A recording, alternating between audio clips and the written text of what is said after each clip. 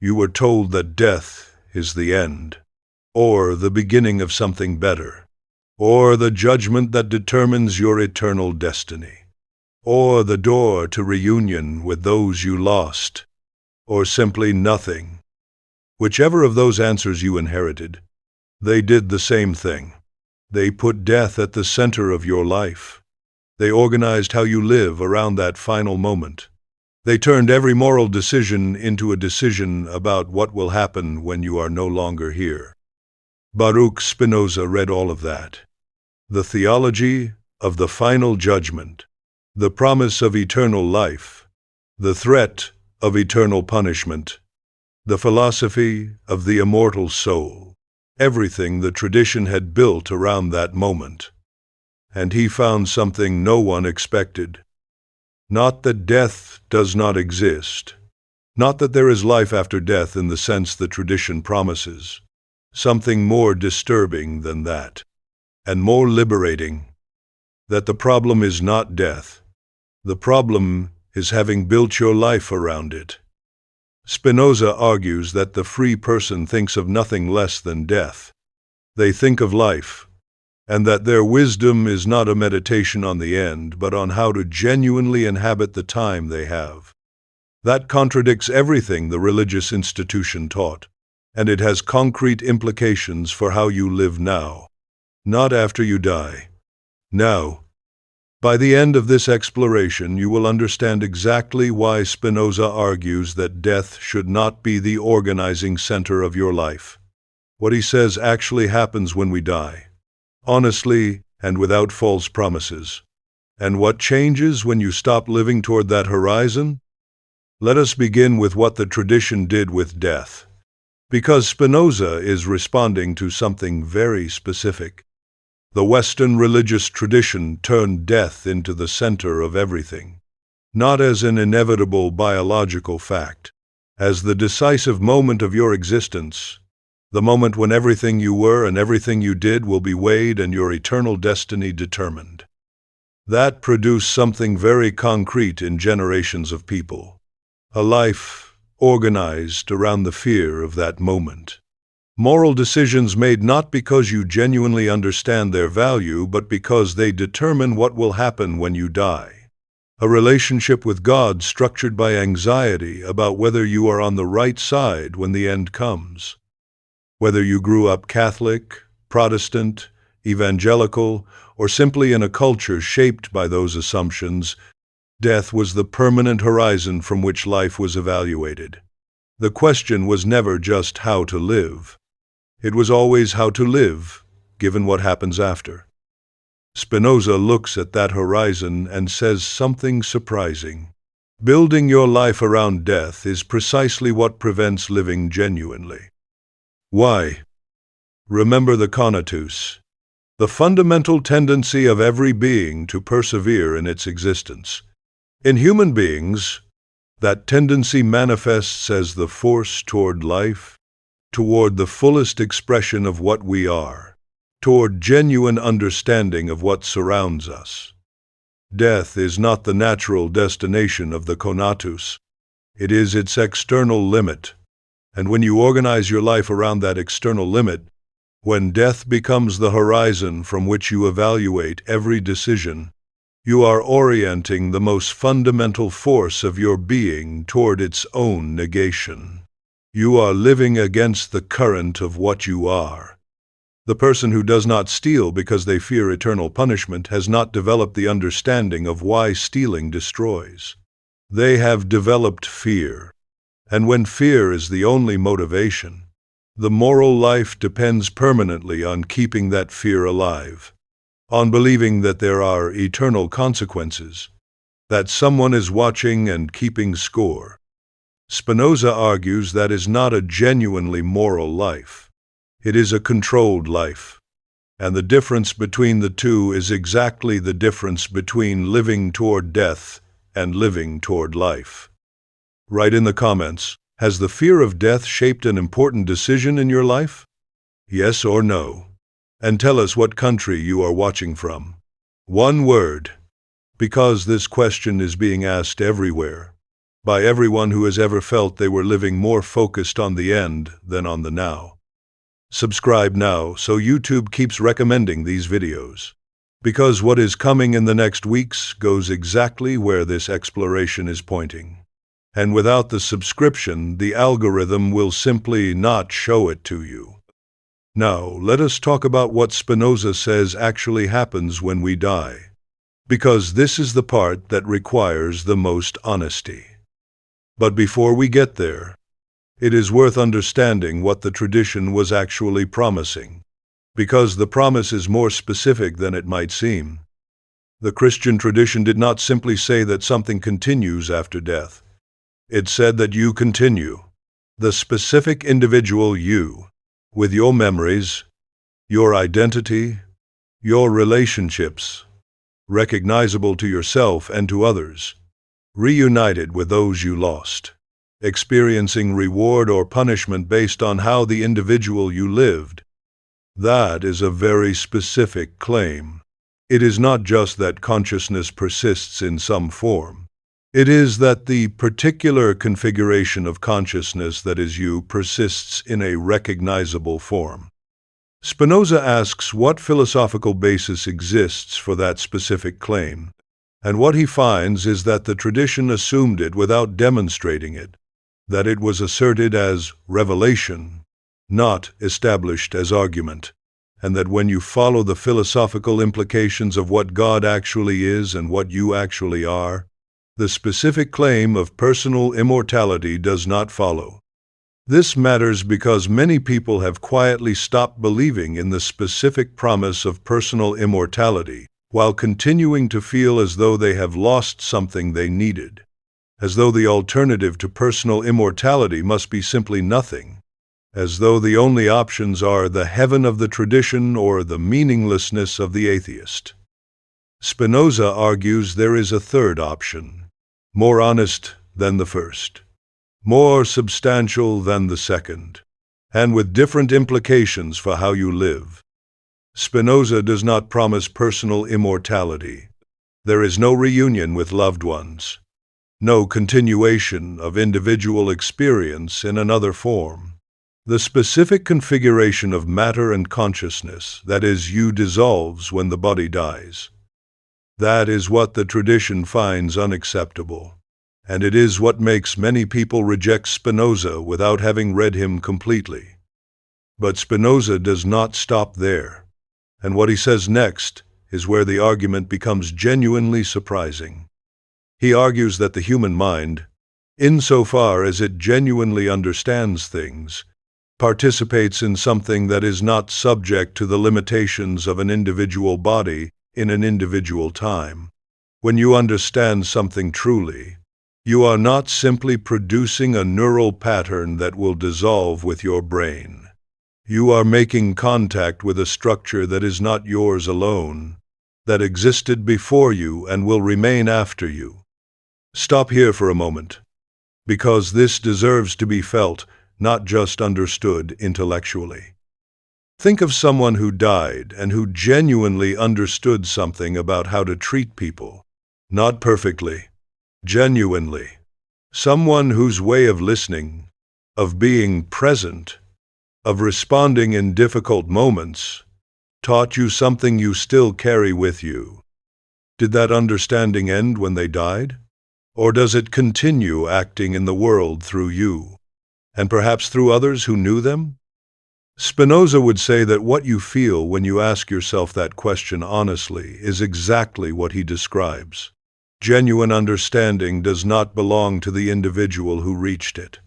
It transcends them, and in that sense, it does not simply end with them. This is what Spinoza calls the eternity of the mind, not the eternity of the individual mind in the sense of personal survival, but the participation of the mind, in its moments of genuine understanding, in something that is not bounded by individual life. The more a person develops real understanding during their life, the more their mind participates in what does not simply end. This is not the heaven of the tradition. It offers no reunion with loved ones. no continued personal experience in any form the institution would recognize. But it is not nothing, and it is not a consolation prize for those who cannot maintain belief in personal immortality. It is a genuinely different account of what matters about a human life and why. One that shifts the weight from death to life. That turns the question of what happens when you die into the question of what you are doing while you live. Now here is what changes when you genuinely understand this argument. If what matters is genuine understanding, and if that understanding is the only thing that participates in something that does not simply end, then the question of how to live is not primarily about what happens after death. It is about what kind of understanding you are developing right now. In this conversation, in this relationship, in this moment of confronting something difficult or beautiful or confusing, are you genuinely trying to understand it? Or are you managing it, performing the correct response, fitting it into a framework that was given to you rather than one you earned? Death stops being the organizing horizon of your life. Genuine understanding replaces it, and that is a radical difference in how you inhabit every moment. Think about the people in your life who have died. Spinoza does not promise you will see them again. He does not offer the consolation of reunion, but he offers something different. If the people you lost genuinely understood something, genuinely loved something, genuinely saw something clearly about what it means to be human, that understanding did not simply disappear with them. It contributed to something not bounded by individual life. And the most genuine way to honor them is not through ritual or prayer or the correct performance of grief. It is by genuinely trying to understand what they understood, to see what they saw, to carry their real insights forward in your own honest engagement with what is real. That is a form of continuity that does not require a soul to survive death. It requires only that understanding be real, and that the people around us genuinely try to inherit it. Now consider what this means for the question that probably sits somewhere in the background for most people watching this. What do I do with the time I have left? The religious tradition answered that question with a list.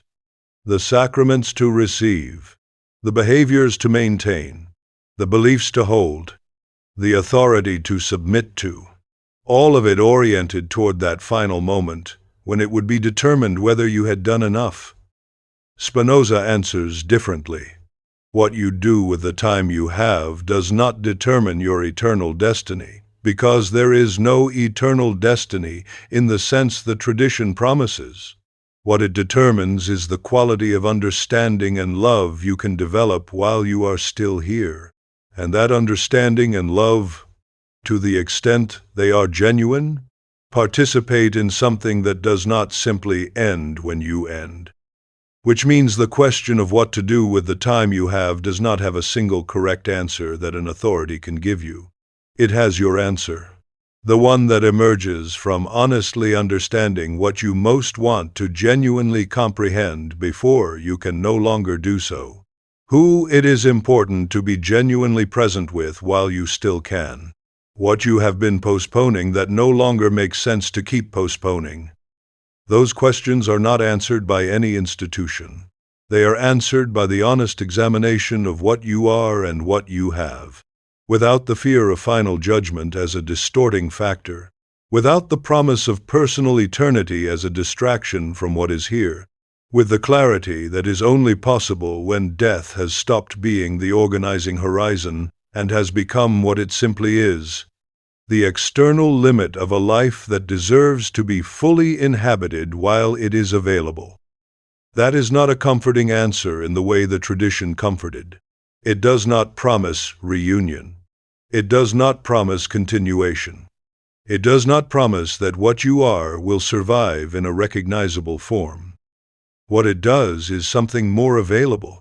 It gives the present moment back to you, not as a transaction toward an eternal future, as the place where the only things that genuinely matter are genuinely possible: understanding, love, presence, the honest engagement with what is actually real, which is, Spinoza would say, always exactly where you are. Now, let us talk about something Spinoza identifies that most presentations of his philosophy miss. The fear of death does not only affect how you think about the future, it affects the quality of your attention right now. The person governed by the fear of death is permanently divided. Part of their attention is on what is in front of them. Part is on the horizon of that final moment, and whether they are ready for it. That division costs something real, not in the afterlife. Now, in the quality of presence they can bring to what is actually happening. Think about the concrete difference between two people facing the same difficult situation. The first is living governed by the fear of death. Every decision passes through the filter of whether they are making it correctly in view of the final judgment. There is a permanent monitoring of whether they are being good enough, obedient enough, consistent enough with what is expected. That monitoring occupies a significant part of their attention, the part that could be completely present to the situation in front of them. The second has stopped organizing their life around death as a horizon. Their question is not whether they are making this decision correctly in view of the final judgment. Their question is what they genuinely understand about this situation and what response to it is most coherent with what they know. All of their attention is available for that question. It is not divided between the present and the horizon of how it all ends. Both people may make exactly the same decision, but the quality of their presence in that moment is radically different, and that difference in quality of presence accumulates over a life. It produces genuinely different people, not morally superior in the sense the tradition would measure, more completely inhabited, more genuinely present in their own life. There is something Spinoza argues about the relationship between death and freedom that most presentations of his philosophy do not develop sufficiently. He argues that the religious institution had a very specific interest in maintaining death as the central horizon of life, not necessarily through deliberate cynicism, but because an institution that controls what happens after death has a power over the living that no secular authority can claim. If death is the final judgment and the institution administers access to divine mercy at that moment, then the institution has authority over the most fundamental aspect of your existence, not only over your behavior in this life, over your eternal destiny. That is an almost unlimited power over the human conscience. Spinoza argues that this power rests on a philosophical foundation that does not hold up to honest examination. If God is an infinite reality of which you are an expression, not an external judge who evaluates and condemns, then the institution that claims to mediate between you and that judge at the moment of death does not have the authority it claims. Its power depends on the spectator continuing to believe in a God who punishes, and that belief, Spinoza argues, is philosophically incoherent. Understanding this is not only an intellectual exercise, it has immediate practical consequences. The person who genuinely understands that death is not a judgment administered by an institution is someone who no longer needs that institution in the same way, not because they have lost faith in something genuine, but because they have found a relationship with what is genuine that does not require institutional mediation. A God who does not punish cannot be used to threaten. An infinite reality of which you are an expression does not require institutional mediation. The freedom that Spinoza argues follows from genuine understanding of death is not only freedom from fear, it is freedom from a specific kind of institutional power that depends on the fear of divine punishment for its authority. There is something that Spinoza's argument does with grief that deserves careful attention. Grief in the religious tradition had a very specific structure. rituals that accompanied the deceased's transition, prayers that interceded for their soul, the hope that divine mercy would outweigh the failures of a life, and the promise that reunion was possible in another realm. That structure has a real psychological function. It organizes the emotional chaos of loss. It gives something to do when there is nothing that can be done. It offers the possibility of continuing the relationship with whoever is gone through prayer and ritualized remembrance. Spinoza does not deny that need, but he offers something different as a response to it. He argues that the most genuine way to honor those who died is not through rituals that affirm their survival in another form. It is through genuinely inheriting what they understood, seeing what they saw, continuing in your own life what they began in theirs. That is not easier than prayer. In certain ways it is more demanding, because it requires genuinely asking what that person understood that you still do not, what they saw clearly that you still do not see, how they loved in ways you have not yet learned to love.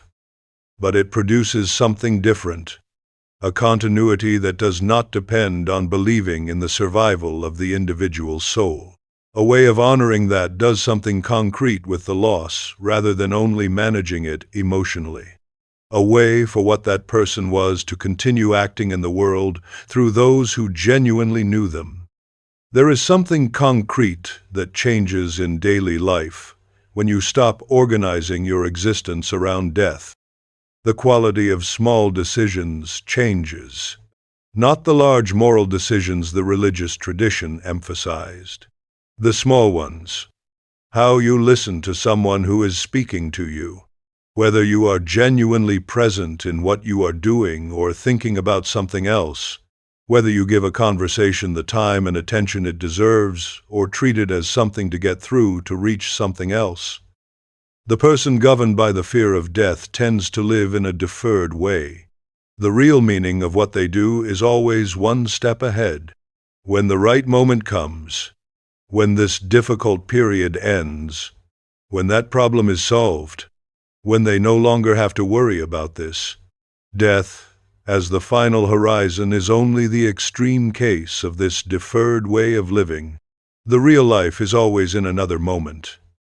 Spinoza argues that genuine understanding of what you are interrupts that deferral, not because it eliminates the real problems you face in the future, but because what you do now stops being a transaction toward something later and becomes the place where the only thing that actually matters occurs.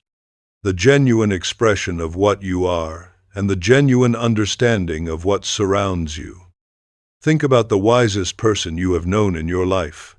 Not the most intelligent, the wisest, the one who seemed genuinely present in every conversation, who did not seem to be somewhere else while they were with you, who made decisions with a clarity that did not come from fear but from something more settled. Was that person governed by the fear of death, or oriented toward something different? Spinoza would say that what you describe when you think of that person is the Conatus operating from understanding rather than fear, the fundamental force of being expressing itself in its natural direction, toward life, toward understanding, toward genuine contact with what is here. You do not arrive there suddenly. You do not arrive there by having heard this argument once.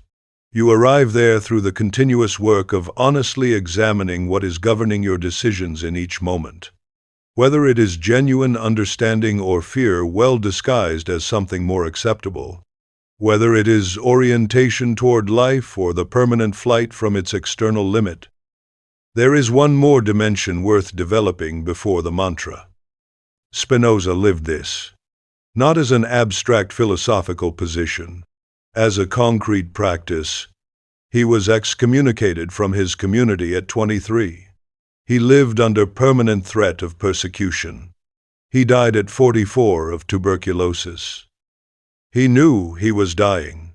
His final letters show no desperation, no panic before the end, no pleading with God to intervene. There are philosophical questions he wanted to resolve, friends he wanted to answer with honesty, ideas he wanted to articulate with greater precision before his time ran out. That is not indifference to death. It is exactly the opposite.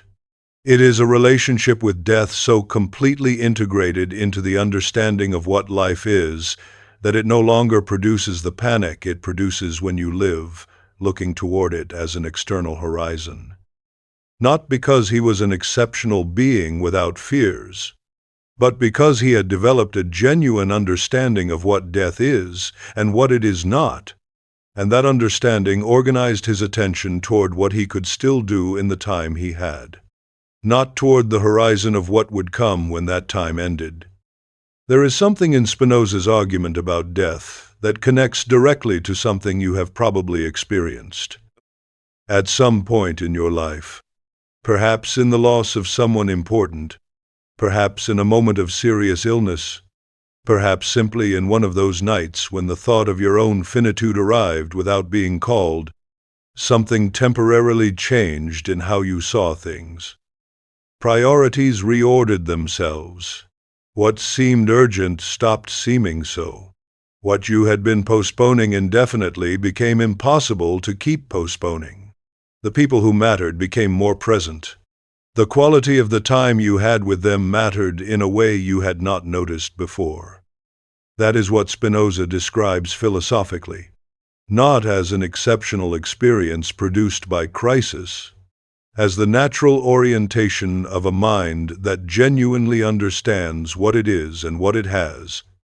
The difference is that the state of clarity the crisis produces temporarily, Spinoza argues, can be developed as a permanent orientation through genuine understanding, not as the result of living in permanent crisis, as the result of having understood something that changes what you put first without needing a crisis to force it. That is exactly what the argument about death does when it is genuinely understood. It does not make you indifferent to your own finitude. It makes you present to what you have while you have it, without needing a loss to remind you each time. There is also something worth saying about what this argument means for the specific tradition many of you came from. Whether that was evangelical Christianity with its emphasis on being born again and secured in salvation, or mainline Protestantism with its more institutional approach to grace, or the broader cultural Christianity of a society organized around those assumptions, the fear of death in some form was part of the architecture of what was expected, not always explicitly named as fear, present in the background of what was at stake. Spinoza's argument does not ask you to reject everything that tradition contained. It asks you to examine the philosophical foundation on which the authority within that tradition rested, and to consider whether that foundation holds up to honest examination. What he found when he performed that examination is what this video has been about. The organizing role of death in religious life depends on a theological claim about what death is that does not survive philosophical scrutiny. And when that claim falls, what falls with it is not faith in something genuine. It is the specific mechanism of control that the fear of death enabled, which is a very different thing. Before the mantra, one thing Spinoza would want said directly. His position on death will not satisfy everyone. For those who need personal immortality, the continuation of the individual self in a recognizable form, his argument offers something genuinely different, not equivalent, different, and that difference is real and should not be minimized. What he offers instead is philosophical honesty about a question that deserves it, and the concrete possibility of a life less divided, less organized around fear, more oriented toward the genuine understanding of what is here, now, in the real conditions of your real life.